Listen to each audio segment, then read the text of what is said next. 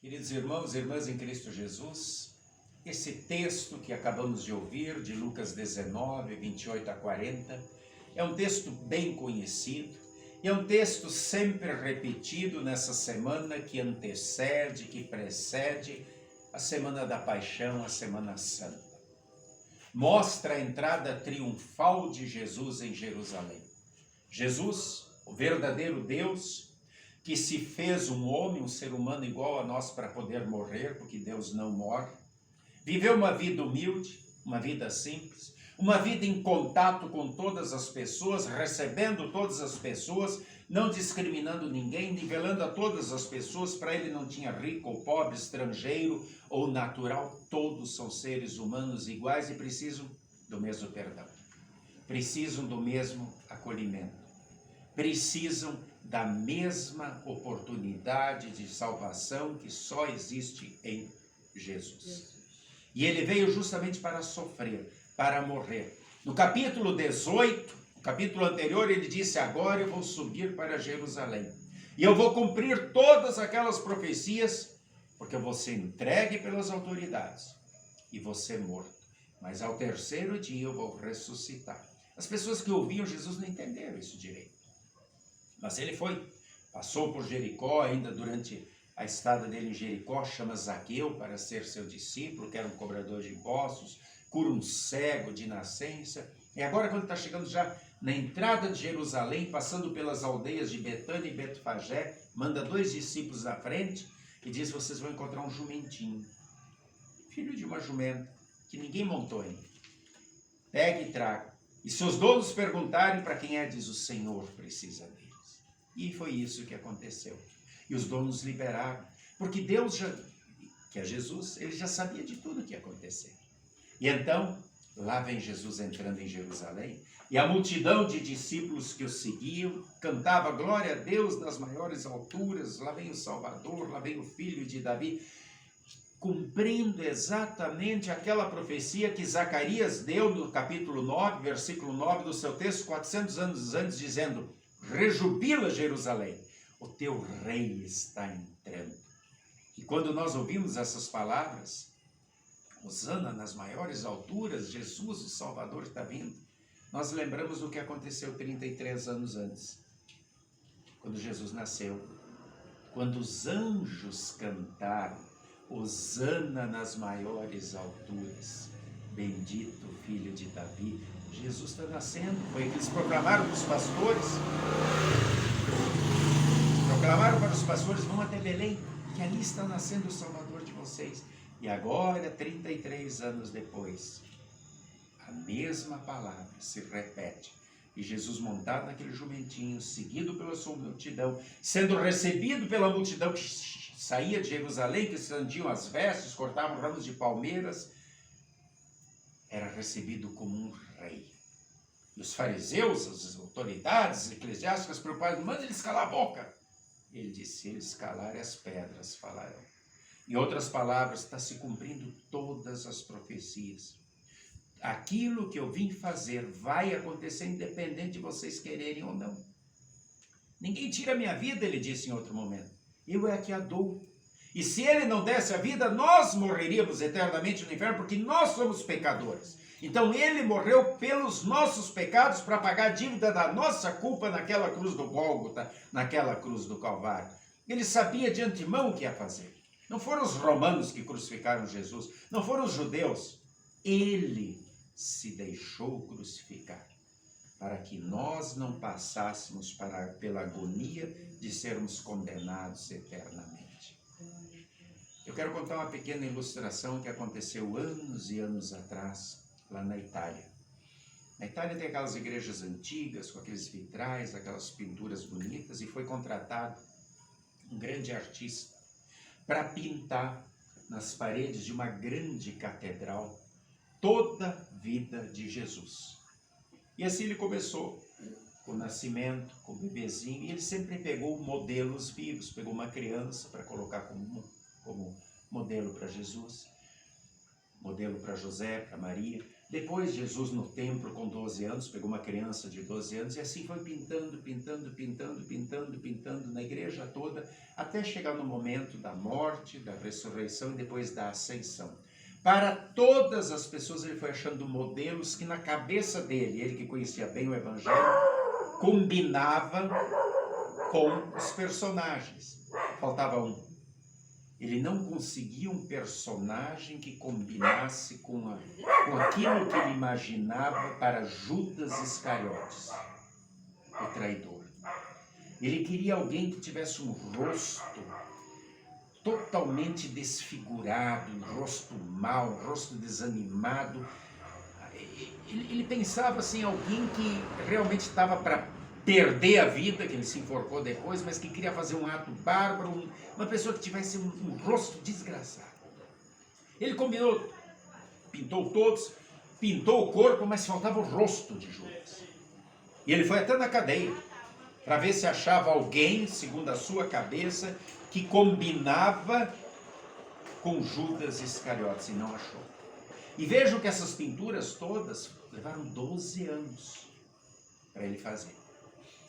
E ele já estava desanimado, faltava o rosto de Judas. Uma noite ele foi na taberna, lá se chama taberna, um bar, onde ele foi beber um pouco.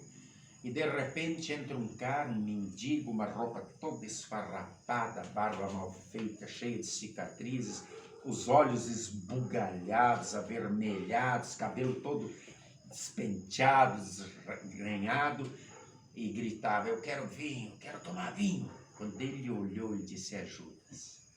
É o rosto ideal, esse é o meu Judas, o que eu sempre pensei, uma pessoa desespero, uma pessoa totalmente vazia, uma pessoa totalmente com toda errada no rosto, é Judas. E aí ele chamou e disse: olha, eu pago o teu vinho, pode deixar que eu pago, pode servir ele, e amanhã eu ainda vou te dar mais um dinheiro se tu fores ali na igreja central e servir de modelo para mim, eu quero pintar você, pode ser, está feito o negócio, amanhã eu estou lá, que eu vou dormir aqui no chão, na frente mesmo. De manhã o artista estava lá esperando, e o rapaz, o mendigo, parecia que tinha uns 60 anos, na verdade, tinha 24 anos, todo desfigurado, entrou na igreja, o efeito do álcool já tinha passado, e quando ele começou a olhar a igreja, foi passando, desenho por desenho, quando chegou naquele menino de 12 anos, começou a chorar. Começou a chorar e não parava mais, e o artista disse: o que foi? O que aconteceu? Ele disse: o senhor não lembra de mim? Há 12 anos atrás eu estava aqui, e eu servi de modelo para ser esse menino Jesus. Olha o que a vida fez comigo. Queridos irmãos e irmãs, as escolhas são nossas, as opções são nossas. Não é o que a vida fez conosco, são escolhas erradas que nós tomamos. Deus oferece a mesma oportunidade de salvação, de redenção para todas as pessoas, de todos os tempos, em todos os lugares. Uns fecham os ouvidos, fecham os olhos, fecham o coração e dizem: eu não quero saber disso, isso é besteira, eu quero curtir a vida, quero aproveitar. Outros até acompanham o pai e a mãe durante um tempo, se tornam cristãos, mas depois, por causa das ilusões do mundo, das ilusões das facilidades que são apresentadas através de vícios, de drogas, acabam se perdendo por aí. Outros acabam se iludindo por causa do poder, por causa de diplomas que conquistam, ou por causa da fama que conquistam. Hoje em dia, com essas mídias que temos, celular, internet, muitas pessoas vivem de aplausos, são os influenciadores digitais que têm centenas, milhares de amigos, de curtidas, e acham que estão no topo da carreira, que são os grandes ídolos. Pessoas que muitas vezes eram cristãs, se dedicaram à igreja, estavam lá no modelo de 12 anos para Jesus e de repente estão com uma vida totalmente afastada de Deus, porque não tem mais tempo para Deus. Quantas e quantas pessoas se perdem nos descaminhos da vida porque se afastam da presença do Senhor. Alguns por causa dos vícios, outros por causa da fama, outras por causa do orgulho, outros por simplesmente fecharem seu coração. E muitas dessas pessoas se encontram na sarjeta da vida sem saber, mesmo com carrão, mesmo com bom emprego, mesmo com muito dinheiro. Se você está afastado de Deus, você está como aquele modelo de Judas. Você está perdido, porque você não está indo para o céu. Você está indo para o inferno, para a perdição eterna. E mesmo que tudo pareça belo, que você tenha muitos aplausos, muitas curtidas, muito dinheiro, isso vai passar, vai acabar. Por isso, enquanto há vida, há esperança. Por isso, toda vez que se aproxima esse período de quaresma, nós falamos para as pessoas: olhe para dentro de si. Faça uma avaliação da sua vida. Quaresma é isso. Olhe para dentro de si. Faça uma avaliação da sua vida. E aí olhe para a palavra de Deus. Com quem você está? Qual a sua escolha de vida? Está com Deus, no caminho da vida para o céu? Ou está com o diabo, no caminho da morte para o inferno? Não se deixe iludir.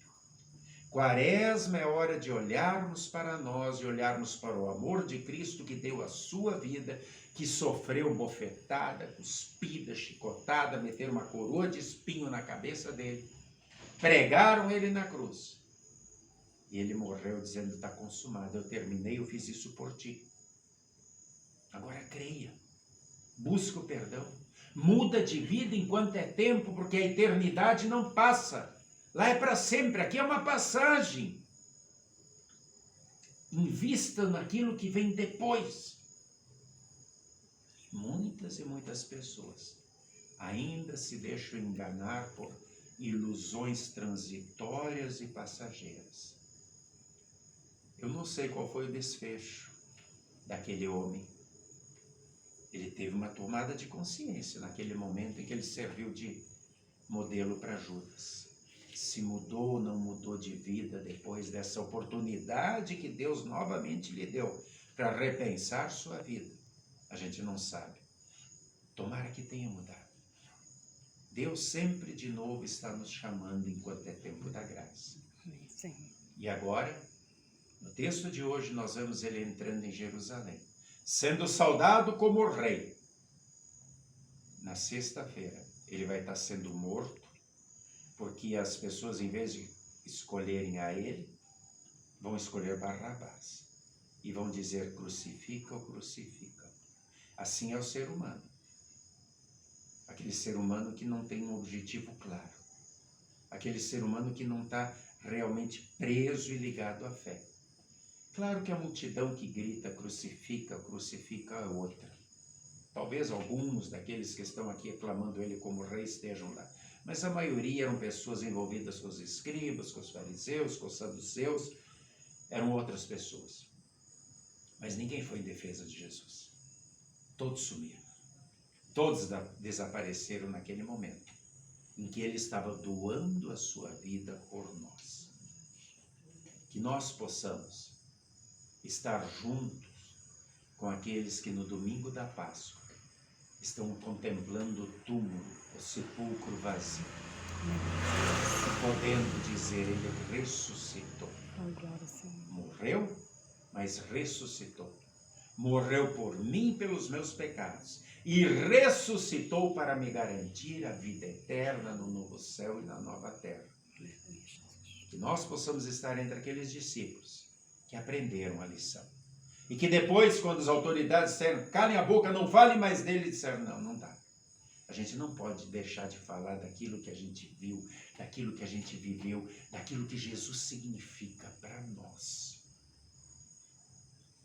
Que nós possamos ficar firmes na fé, sempre. E que Jesus seja o Rei dos reis no coração meu, no coração seu, no coração de cada um de nós. Aquele dia, na sexta-feira santa, ele teve uma coroa de espinhos, não foi de brilhantes. O trono dele não foi um trono de cravejado de ouro, foi uma cruz. Mas agora ele reina na eternidade como Rei dos reis. Esse é o nosso Rei. Esse é o nosso Senhor. Esse é o nosso Salvador. Vale a pena. Jesus entrou em Jerusalém, mas ele quer, na verdade, entrar no nosso coração e fazer ali morada permanente. Não o expulsemos. Não o ignoremos, como tantos e tantos fazem e acabam se perdendo nos descaminhos da vida com falsas ilusões. E para eles, para muitos deles, pode ser tarde demais. Por enquanto, ainda é tempo da graça. Ele está nos chamando, nos abraçando, nos acolhendo, nos perdoando e querendo que vivamos uma vida de intimidade com Ele. Só com o Rei dos Reis no coração é que poderemos festejar uma feliz e abençoada Páscoa. Que assim seja. Amém. E a paz de Deus, que excede o entendimento humano, guarde-nos firmes na fé, sempre, até o dia que vamos encontrá-lo para sempre, no novo céu e na nova terra, e viveremos com Ele para toda a eternidade lá. Que possamos estar juntos. Amém.